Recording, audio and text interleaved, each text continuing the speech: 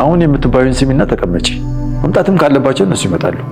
በዚህ ማለት የሚጎዱብኝ አባዬ፣ በዛ ላይ አጠገባቸው ማንም የለም። በእኔ ምክንያት ከብዙ ሰው ጋር ተጋጭተዋል። ትሁቴ እንግዲህ ተናገርኩ። ቁጭ በይ በቃ። እንደዚህ ሳመሸትም መሄድ አትችይም። ቆይ ባንተ ምክንያት እስከ መቼ ነው ቤተሰቤ ዋጋ የሚከፍለው? አንቺ ሊገልብኝ ነበር እኮ እና እንዴት አስችሎ ዝም ልበለው? ለኔ ብላ አይደለም። እኔማ ሆስፒታል ተኝቼ ለህይወት እየታገልኩ ነበር። እዛ ድረስ ሄደ ሰው ለመግደል ላንቺ ናት ምናምን ትለኛለህ? ትሁቴ እመኚኝ፣ ምንም አይሆንም። ትሁቴ ተረጋጊ፣ ያምሻል። አባዬ እኔ ልክ ነኝ። አንተ ግን አሁንም ለሱ ነው እያገዝክ ያለው። ካጠገቤ ተነስ፣ ብቻዬን መሆን ነው የምፈልገው። እሺ ግን መጀመሪያ ሐኪም ቤት እንሂድ። ያለ ምክንያት እንደዚህ አልሆንሽም።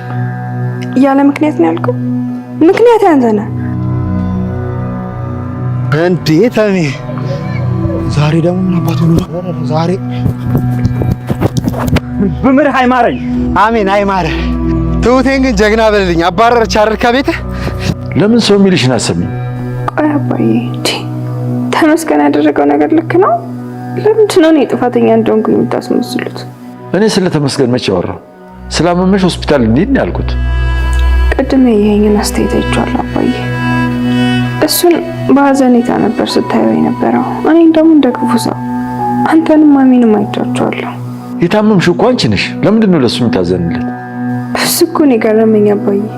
እንዴ የተዋሸሁት እኔ እሱ ብቻ አይደለም አንተም ዋሽተኸኛል። ደግሞ ምንም ቢሆን ከኔ ጎን መሆን ነበረ።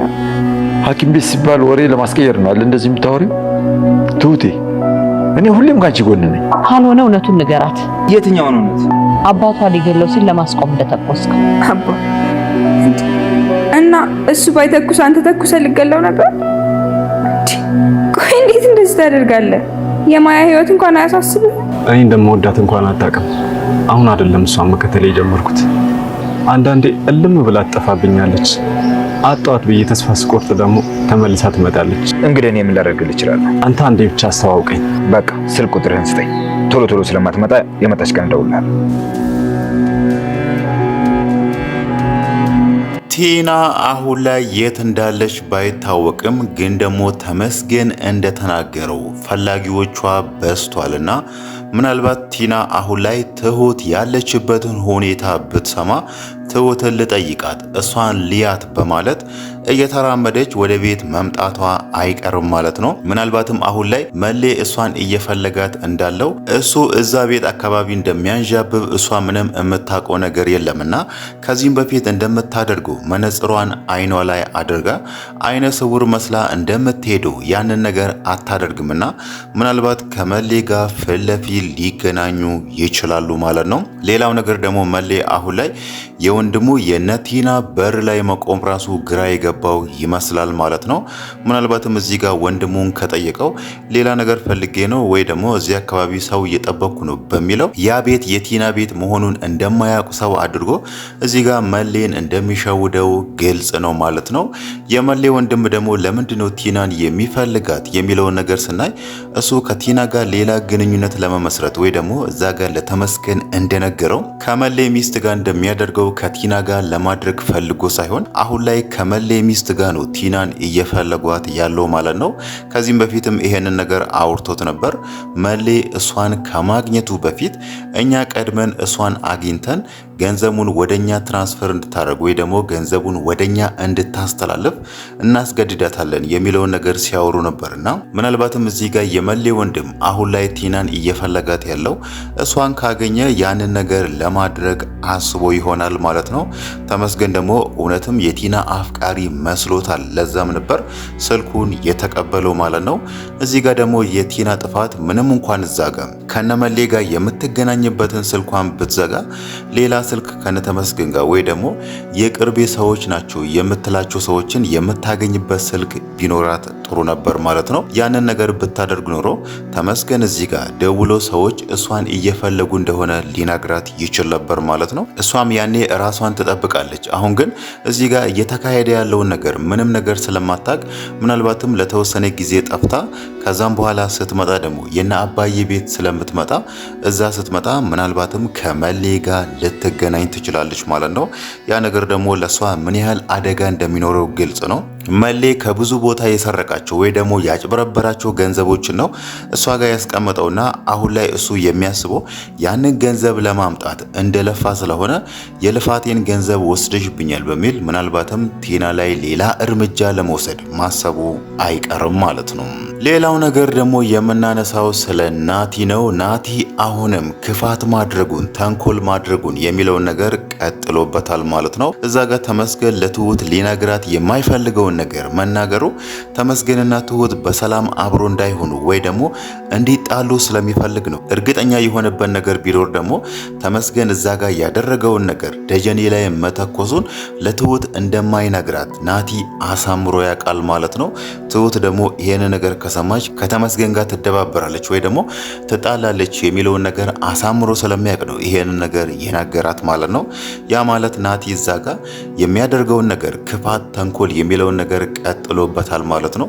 ትሁትም አሁን ላይ ደጀኔን አግዞት እሷ በጥይት እንድትመታ እንዳደረገ አውቃለችና ምናልባት ይሄንን ነገር እንዴት እንደሚያደርጉ ወይ ደግሞ ናቲን እንዴት አድርጎ ከህይወታቸው እንደሚያስወጡት ባይታወቅም አሁን ላይ ያን ያክል ቀጥተኛ በህግ እሱን የሚያስጠይቀውን ወንጀል ባይሰራ ራሱ ግን ደግሞ እንደዚህ ከስር ከስር እየተከታተለ እነሱን ሰላም መንሳት የሚለውን ነገር ይቀጥልበታል ማለት ነው።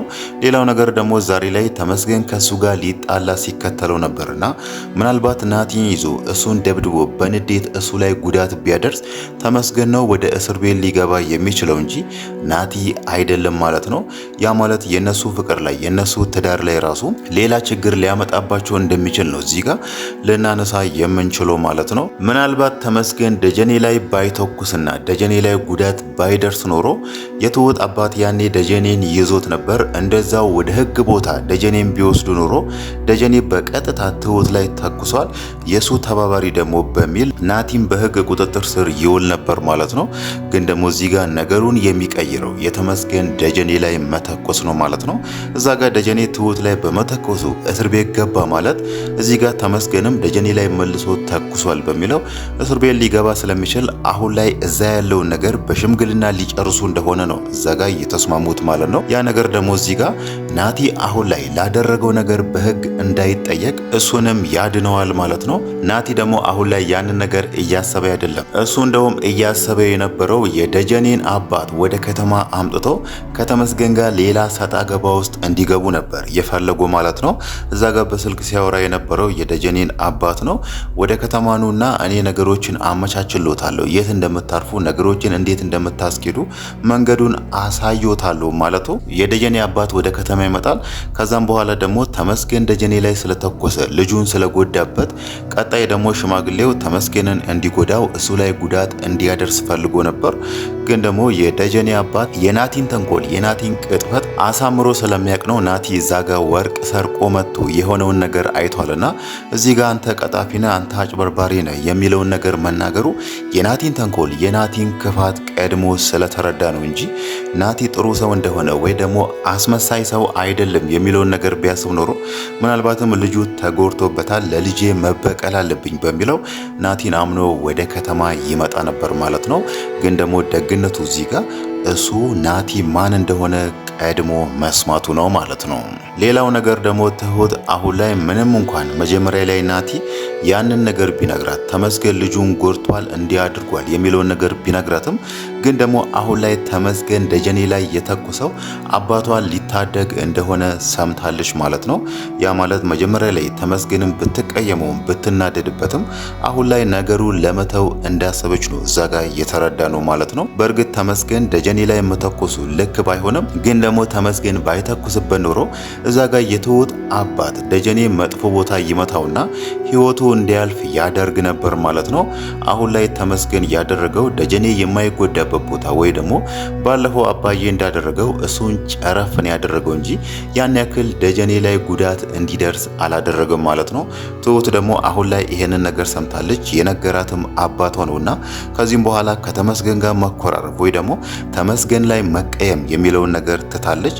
እሷ አሁን ላይ ተመስገን ላይ ያኮረፈችውን ኩርፊያውን ወደ አባቷ ነው ያዞረችው ማለት ነው። አባቷ ያንን ነገር ለማድረግ መሞከሩ ወይ ደግሞ ማሰቡ ራሱ እሷን ያስቀየማት ይመስላል። ለዛም ነበር ተመስገንም በኋላ እናወራለን አሁን ማውራት አልችልም የሚለውን ነገር የተናገረችው ማለት ነው። ሌላው ነገር ደግሞ እሷን ያሳሰባት አሁን ላይ የደጀኔ ቤተሰቦች አባቴንና እህቴን ይጎዱብኛል በሚል ነው ወደ ከተማ እነሱ ጋር እንዲመጡ ደጋግማ እየጠየቀቻቸው ያለችው ማለት ነው። ግን ደግሞ የትሁት አባት ምን አይነት ሰው እንደሆነ አይተናል። እነሱን ፈርቶ ቤት ንብረቱን ጥሎ የሚሄድ ሰው አይደለምና ምናልባት ተመስገን እዛ ጋር እንደተናገረው በሽምግልና ይሄ ነገር የሚሳካ ከሆነ እሷንም ያን ያክል የሚያሳስባት ነገር አይኖርም ማለት ነው። ቀጣይ ላይ ያው የሚሆነው አሁን ላይ የትሁት እናት ከጸበል ቦታ ተመልሳለችና የትሁት እህትም የትሁት ልጅም ከነሱ ጋር ስለነበረች አሁን ላይ ነገሩ በእርቅ ከተፈታ ቀጣይ ላይ የሚሆነው ሰርግ ደግሶ ከተመስገን ጋር አብሮ ሆኖ ልጃቸውን ማሳደግ የሚለው ነገር ነው ማለት ነው። ግን ደግሞ አሁንም እንደ ስጋት ልናነሳ የምንችለው ናቲ ትሁትን አቷታል። አሁን ላይ እሱ እያሰበ ያለው በተመስገን እንደተሸነፈ ስለሆነ ከስር ከስር እነሱን እየተከታተለ ሰላማቸውን፣ ፍቅራቸውን ማደፍረስ የሚለውን ነገር ይቀጥልበታል ማለት ነው። ይሄንን ነገር ደግሞ እንዴት እንደሚወጡት ባይታወቅም ናቲ አሁንም ተስፋ አልቆረጠም ማለት ነው። ምናልባትም እሱም በዚሁ መንገድ የሚቀጥል ከሆነ ናቲ ራሱ ማለት ነው ክፋት ማድረግ ወይ ደግሞ ተንኮል ማድረግ የሚለውን ነገር ከቀጠለበት እሱም እንደ አባቱ እስር ቤት ሊገባ የሚችልበት ሁኔታም ይፈጠራል ማለት ነው።